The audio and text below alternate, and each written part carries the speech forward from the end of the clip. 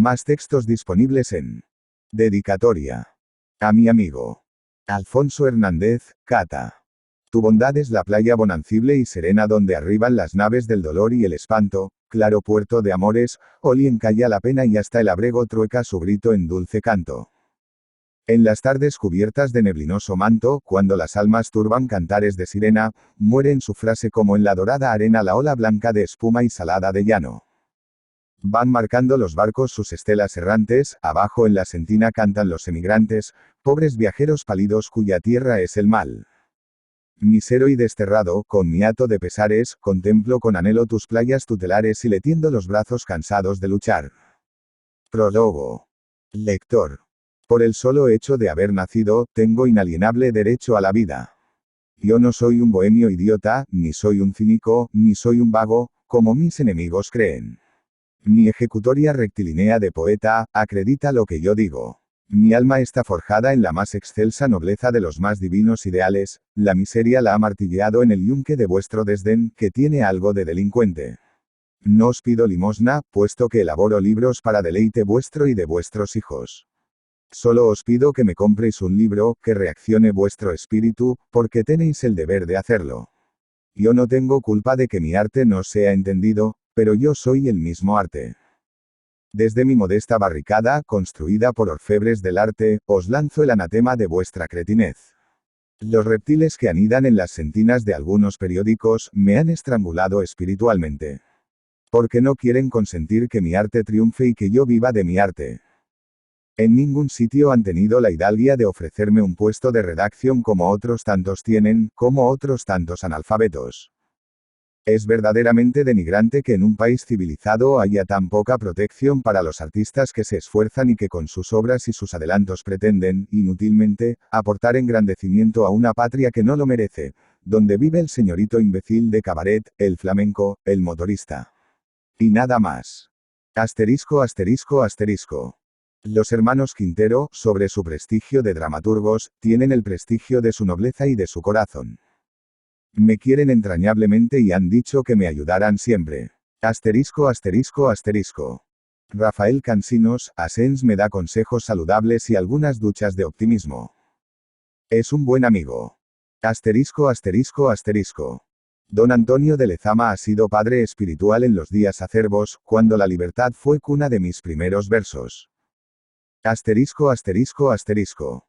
Felipe Sasone es cordial conmigo, pero cuando le hablo de mis proyectos teatrales, parece que no me atiende lo necesario y me dice sonriendo, de eso ya hablaremos.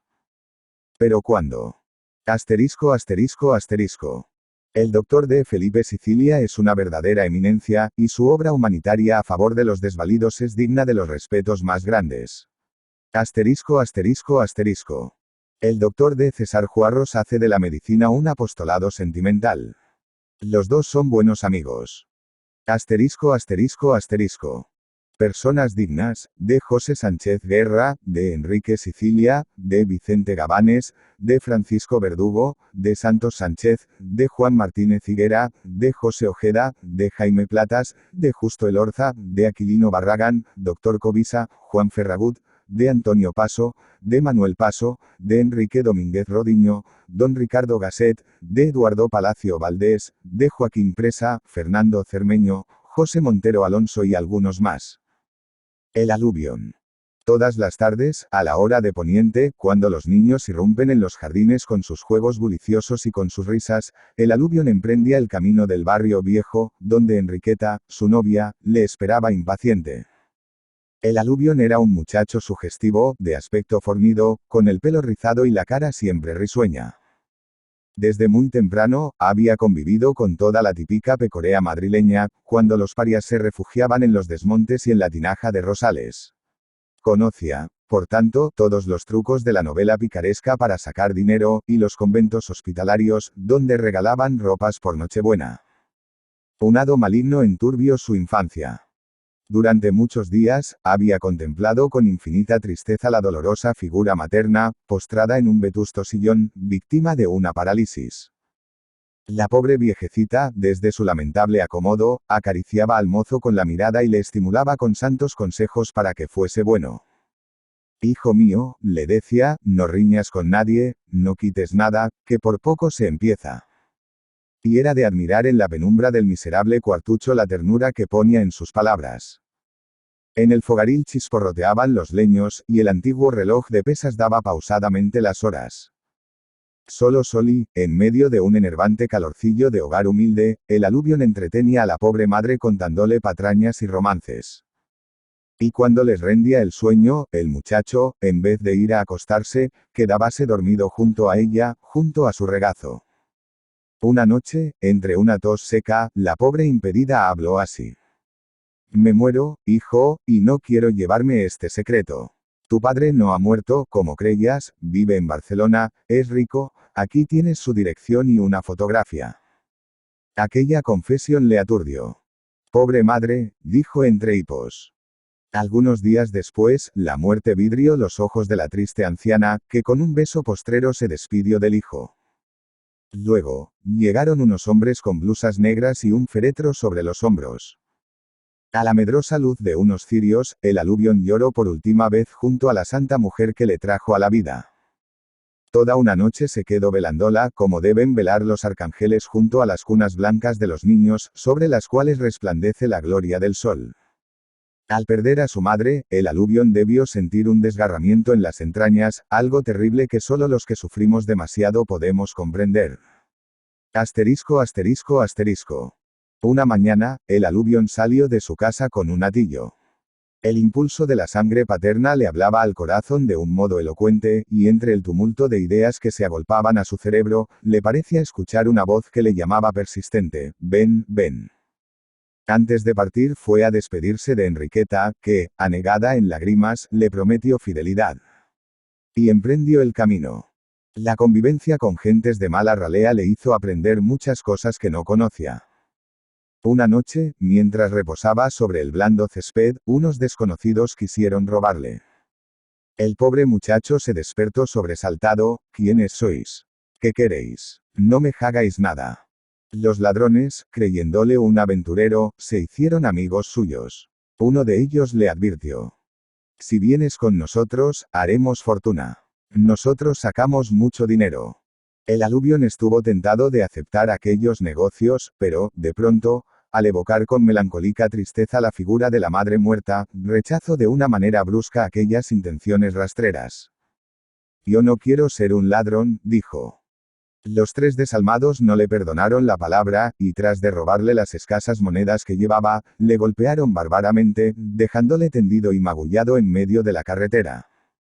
Aquella noche le recogieron en su carreta unos boyeros piadosos, lavaron sus heridas y le confortaron con agua y pan. Otra vez solo, siguió la ruta interminable. Sobre su pobre alma de niño impaciente, cayó el peso implacable de muchos días que le parecieron eternidades. A cada paso que daba se avivaba el deseo tenaz de llegar pronto, de buscar rápidamente la casa de su padre, que, a juzgar por sus suposiciones infantiles, debía ser un señor muy bondadoso. Con qué fruición besó en el camino aquella fotografía que le regaló su madre antes de expirar. Qué deleite tan optimista le traía el paisaje, las nubes ligeras a las horas del crepúsculo, cuando se encienden las montañas de policromos colores. A veces, en sus diarios soliloquios, prorrumpía en éxtasis, cuando podré verte, papá. El sol se hundía en el lejano confín. Un río que pasaba cerca del camino, parecía traer en su balada una remembranza, y el aire fugaz que acariciaba los árboles, meciéndolos, llegaba aromado por las últimas brisas. Asterisco asterisco asterisco. Al llegar a Barcelona, el aluvión sintió un estremecimiento. Calles tiradas a cordel, paseos solitarios, la Rambla de las Flores, el puerto. Entre la multiforme baraúnda de la ciudad, se dedicó durante todo el día a buscar la casa de su padre, pero pronto llegó la noche y, extenuado por el cansancio, se quedó dormido sobre un banco de piedra. Al despertar, notó que tenía los ojos hinchados. Había llorado toda la noche. Luego sintió hambre y se acercó a un caballero, pidiéndole una limosna. El caballero le dio una moneda reluciente y compró algunas viandas. Ya más fortalecido, llegó hasta una casa de lujoso aspecto. Un criado de librea le salió al paso impidiéndole la entrada. Diga usted al señor que está aquí su hijo. Entre sonriente y burlón, el criado desapareció un momento y volvió a la puerta para decir: el señor dice que no conoce a persona alguna que pueda llamar hijo suyo, que haga el favor de retirarse si no quiere que le detengan. Aquella respuesta hizo contraer las facciones del pobre muchacho en un supremo gesto de angustia. Quiso convencer al criado de que no era un loco, le enseñó la fotografía, le conminó a que se la enseñase a su padre. Todo fue inútil. El criado desapareció. Entonces, el aluvión gritó con todas sus fuerzas, protesto de aquella ignominia, y en un arranque de valentía saltó por encima de la verja y penetró en la casa. Casi automáticamente llegó hasta el despacho de su padre, y al apercibirse de que el original correspondía en toda su exactitud al modelo, exclamó jubiloso: Padre, padre. El despacho era sencillo, pero se traslucía el buen gusto y el orden.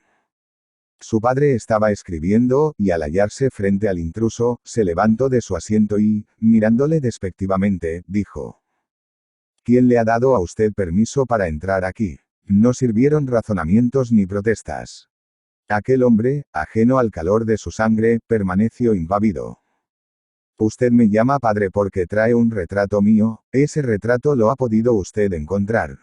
Yo no sé quién es usted, no le conozco, váyase ahora mismo a la calle si no quiere que llame a mis criados.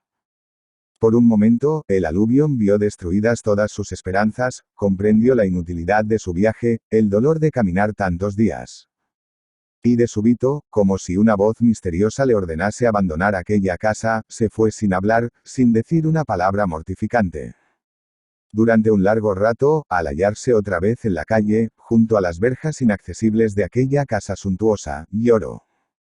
Lloró mucho, en el umbral de la casa paterna, como deben llorar los hijos abandonados.